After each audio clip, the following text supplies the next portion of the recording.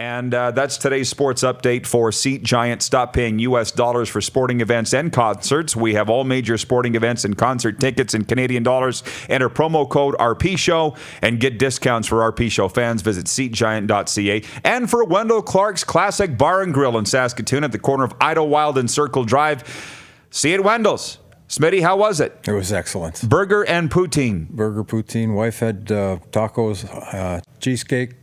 Fantastic. Yeah, very good. I suggest it, Austin Davis, if you haven't had it. Do you ever get to Saskatoon? Yeah, I'm up there. Yeah, I was up there last week. I was at a sushi joint, Sticks and Stones. It was good. Can we get a gift certificate for Austin Dupes from Wendell's? To Wendell's? We got some in the back. Ooh. Yeah, that for appearing on the program. Oh, well, thank you. Austin Davis, hockey, royalty, lineage, and football too, but I still think about your father. He was a WHL official as well as a Pro Football Hall of Fame writer. I said that I would talk to you about sports media in 2019, and I think we should do that because people are watching here on Facebook. They're listening live online. It's a digital world. You're in charge, if I may, of that. Well, you are with Post Media. Yeah. So from the newspaper business of which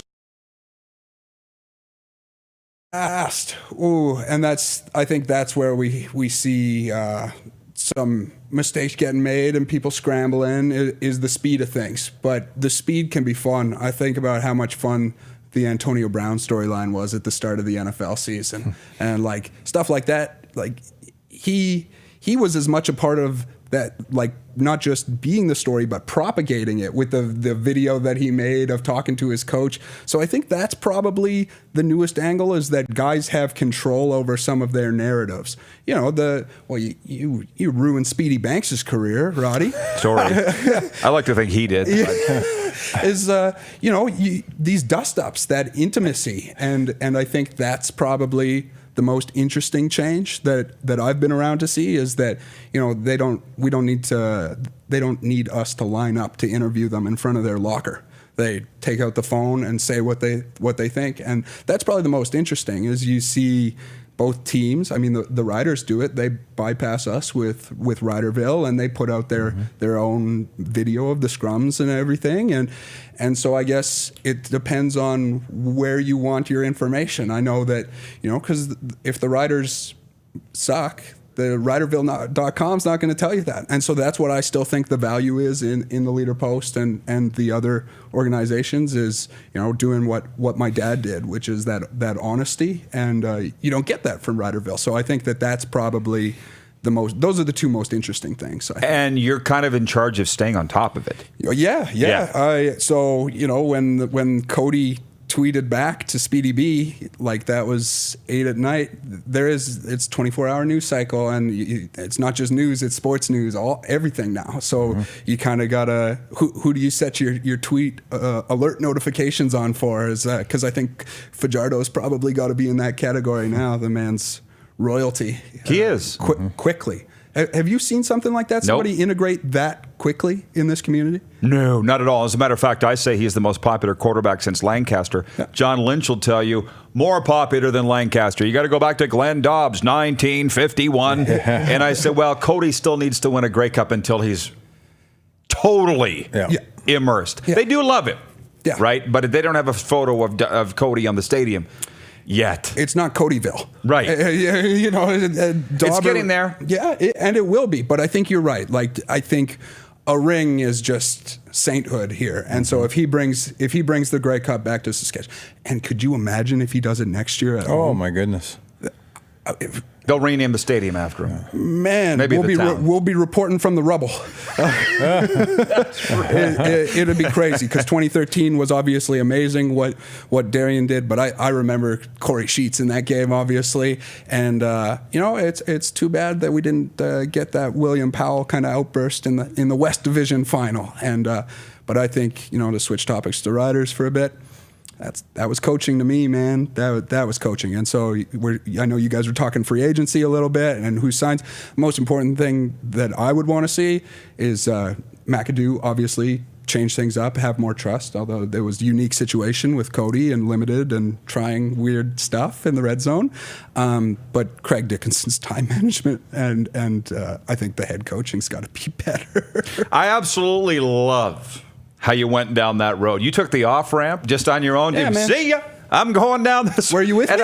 I'm with you. You're with me, Totally. I'm Roddy. totally fine. Hey, I could sit and talk about sports media and digital media all day. It's yeah. my passion, but that's not everybody's. Yeah.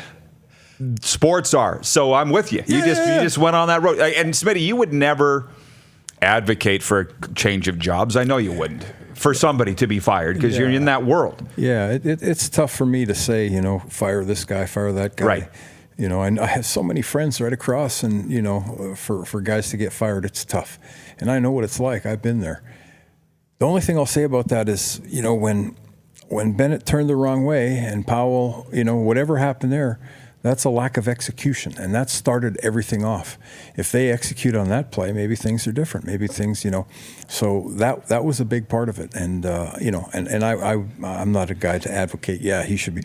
Well, I could talk to Kathy, because Your wife. I want another job in this town, and so I'll keep my thoughts to Kathy, and she won't be saying anything. But I understand what you're saying. I understand where people are frustrated because they were so close to going to the Grey Cup and it didn't happen, and they didn't do the job in the red zone, and it's a tough thing.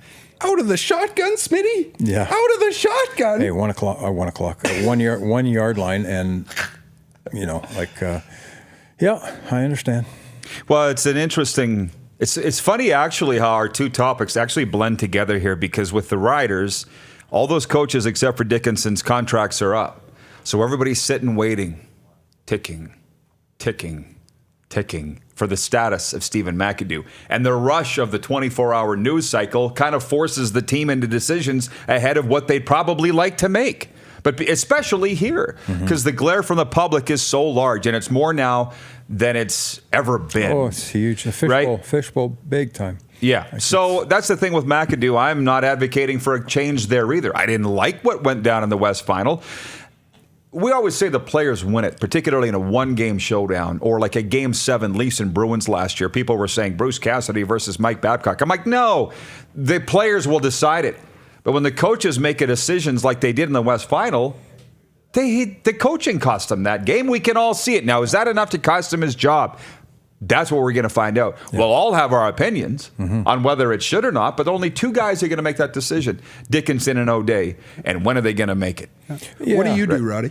What do I do? I would make a change right now. Yeah. And I'm not necessarily saying that it would be Jason Maas, but it's been long enough with Stephen McAdoo here.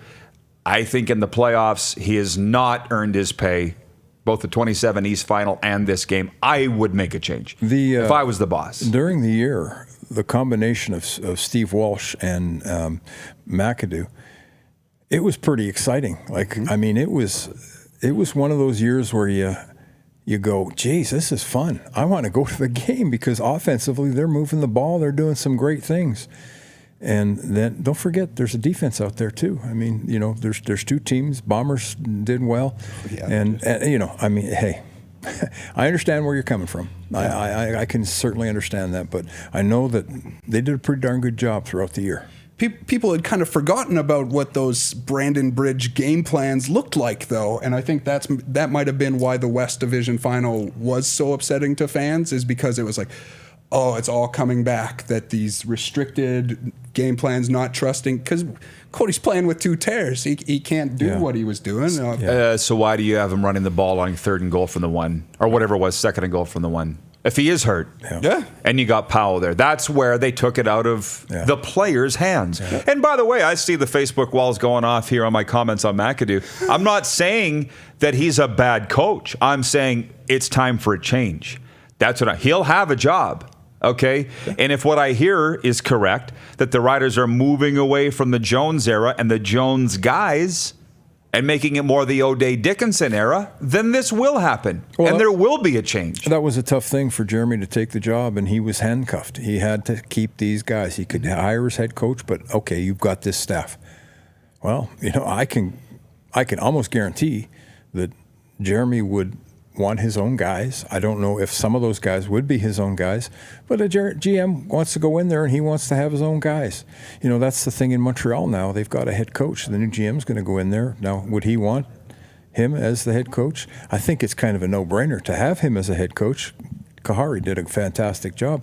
Be interesting to see what happens. Who's going to go in there?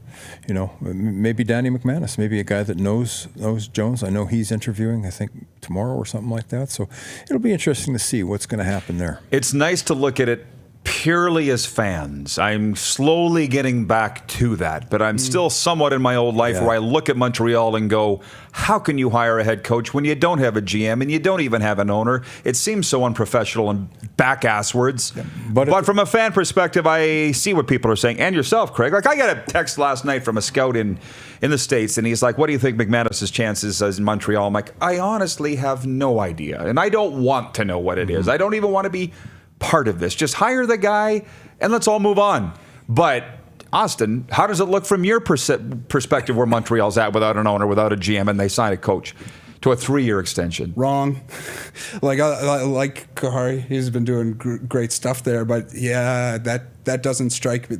That's you put your heaviest Jenga pieces at the top there, and I think that's a treacherous tower. I wouldn't. It's too bad because, you know, I was hearing that it was bumping out there during the playoff game. And so it seems like they've got fan buy-in again. And how quickly does the rug get pulled out? What do you think, Smith? Well, the thing is I think Kahari did such a great job. There's a whole bunch of people coming back. Montreal, Alouette football, it's great to go to now. Now, if a new GM came in with no, you know, without Kahari being hired, do you think the new GM would have hired Kahari? I think he would have, because that was darn good football that they did, and what they did in a horrible situation to start off the year, where your GM gets fired because of a couple things. There was a team put together with it, which was pretty good. They had some good free agent signings. Kahari comes in and he makes it, and how could you not want Kahari to be the head coach? Now, if you're a new GM coming in, again, you probably would have your own guy that you might want, so that could be the case. But if a guy like Danny comes in, he might have been a guy that's going to hire Kahari anyway.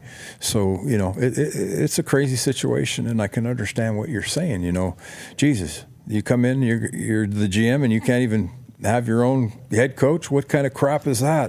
Right. You know, but hey, you know, Kahari did a pretty damn good job. He's got seats in the stands again, and I think that's a big thing. The other thing is ownership. Now, what the heck's going to happen with the ownership? I mean, the ownership's going to come in and, okay, well, everything's there now. I didn't have, you know, the owner's going to come in and say, well, I didn't have an opportunity to hire my GM, the head coach, it's all there. You know, but maybe the guy will come in and say, you know, this is pretty good. These are what we would call only in the CFL moments, which is fine. Yeah. It's why we love it, right? But let's not pretend that it's not what it is. These are only in the CFL moments. And I'm with you. I mean, I've heard Brendan Tamman's name linked to now 2 teams legitimately. One is Montreal, I don't mind saying. I don't want to say the other. Out of respect, I will when the mics are off. Out of respect to Brendan, I'm not going to say what it is because I love him. Yeah. BT's on the opposite coast of Montreal, though, is he? Yeah. So he can move fast. Yeah. I think there's direct flights from where he is to Montreal. Oh, yeah. But Naylor was on here yesterday saying that he thinks that they're going to go with fresh meat in Montreal, a name that nobody really has heard of, not a recycled general manager like a Tillman, like a Tamman, like a whomever. But I just think if you're going to sign Kahari, Brendan has a tremendous relationship with Kahari Jones. Wouldn't it be a very easy fit to hire? And he actually, if I would have put money down, I would have said Brendan Tamman. Naylor's got me actually rethinking that. And actually, while we have Austin and can pick his brain as a millennial, how old are you? Do you mind saying? 29. Do you qualify as a millennial, or are you the generation? Are you the trophy generation? No, well. Everybody gets a trophy, but I think I thought those were the millennials. I'm not sure. Participation ribbons. That's my whole life, Roddy. I'm a baby boomer. Yeah. Okay, boomer. My question. Roddy said it, so I didn't have to. Yeah. I'm just having fun with this. But my question to you, Austin, because us old fuddy-duddies kicked this well. I wouldn't put you in that, Darren. But am I your youngest guest? You had no, you had the kids. Oh, here. Clark, producer Clark's 28. He says by a year. There you go. You got me, Clark. But Austin, honestly, just for instance, Rick Campbell gets hired in BC yesterday. I just want your opinion on this. We are told that he knew when he resigned in Ottawa that he knew he was going to BC. That's tampering by CFL standards. I'm sorry, it is. I don't have a problem with it, but it is. Do you have a problem with that going on in the CFL? Yeah. You Yeah, do? because everything could be predestined. I don't like that. I know it's tough to avoid, and I don't want to. Maybe the NBA is a bad comparison that we like. There was no free agency; it was all tampering, right? And so, is that what we want? That everything is calculated beforehand. That a guy knows weeks before he's leaving where he's going to end up. I mean, from a job security standpoint, I absolutely agree with it. Good for Rick Campbell for having his ducks in a row. Yeah. I mean, I was always told don't jump ship until you got a lifeboat. job, Yeah, Exactly. and so I understand that, but Who told you that? Daryl. Right, his dad. Okay, gotcha. Yeah. But yeah, like it makes it kind of uninteresting for the fans. I think that could encourage apathy because everything's calculated then. And I think what we love about sports is the real moments and the human stuff. And if Rick Campbell leaves and gives his exit interview and says, if he just says, don't know, yeah, it was my time, but he's known all along, I just think that could be another reason that people could tune out. Mm-hmm. Yeah, I'm glad I asked. Well, Austin, you brought the fire, as I knew you would. Thanks, man. Can we have you back here? Of course, I'd love to. Are we going to commercial? Can I talk about my Raptors? I talked about the NBA. Whatever you want. I've been. I like the Oilers. I've been paying attention to NHL a little bit. I grew up with hockey. I don't know if you can tell that I didn't play basketball. There's not many that look like you. Yeah, no, and I was like 5'2" until I was like 17. Sprouted a little bit, but too late. And what wouldn't have been a walk-on for the Cougars, I'll say that. But having really no connection to basketball, started watching the Raptors after Chris Bosh left. And it has been such a rewarding experience. I think that it really is the team that I watch more than any other sport. NFL, I've been a season ticket holder for the Riders for 20 years, and still watch every game. But I watch the Raptors, even though they might jump through hoops to watch every game. Sweet. It is great. It's been so rewarding what Masai Ujiri's done there. And if you're like, hey, there's no connection to Saskatchewan, Masai Ujiri went out to LaLoche after the shooting and has been involved with the healing up there. And I just think he's an incredible guy who's done an incredible thing. They've with Serge Ibaka and Kyle Lowry hurt, they keep racking in the wins. They're still playing well. It's incredible. They have an undrafted starting point guard in Fred VanVleet, and he's unreal. 26th overall draft pick Pascal Siakam might be the first player ever to go back-to-back Most Improved Player awards. They've just got, it's so compelling. Yeah. What I love about sports, Roddy, and I think you're probably the same way, storyline. Oh, of course. That's the job, right? That's the whole thing, and it is so easy to like that Raptors team. They're so likable. I would say if you haven't watched NBA this year or kind of watched the title run, which was a blast. I was there for the championship parade in Toronto, which was just incredible. Wow, super cool. You weren't suffocated at all in the 5 million people downtown? No, I was good, and we actually. Or what was it? Was it 5 million? How many million? Yeah, a lot. Yeah. And we went back. Incredible. It was the longest championship parade in history, I think. It was not great organization, and my wife and I went back to our Airbnb before the shots were fired at Nathan Phillips Square there, and we watched that on TV a couple blocks away, which was a bit like holy moly. Yeah. Okay. But we were under the bus as Kyle hoisted the Larry cool. O'Brien trophy. That's really cool. And goaded Marc Gasol into doing the billionaire strut on the back of the bus. They're such a lovable team, and it was really cool to be a part of that. And I have no connection to basketball, but it's so Now much you do. fun. But what I also love about sports is that you all felt good with the Raptors, but then the Leafs suck and they fire Babcock, and that's all anybody wants to talk about, right? Raptor, forget about them because the Leafs suck. Yeah. That's easy. So Toronto-ish. Yeah. Smitty, anything else before we let you go and we'll get into overtime? Yeah, I'd like to just. There's some people that are watching. Susan, who's one of the most unbelievable persons that I've come across. Big Rider fan too, and of course, good old Monty. We saw Monty. It's Monty. Yeah, it's Monty. We saw Monty at Wendell Clark's. He goes to Wendell's all the time, and the last one, Eddie Bankowski. Well, hopefully we'll see you at coffee tomorrow with McChrystal and Bernie Schmidt. Oh, there's some knowledge there. Hey, it's fun. Thanks, guys. Hey, I really appreciate you having me on again. Thank you so much. Smitty, you have an open invite. That's your chair. We might rename it. Appreciate We it. have parting gifts for them from Wendell Clark's Classic Bar and Grill. Dupe's in for overtime next. It's the Rod Pedersen Show on Facebook Live, and listen live at rodpedersen.com. You're watching Rod Pedersen On Demand. For more of The Rod Pedersen Show, visit rodpedersen.com or follow Rod Pedersen on social media.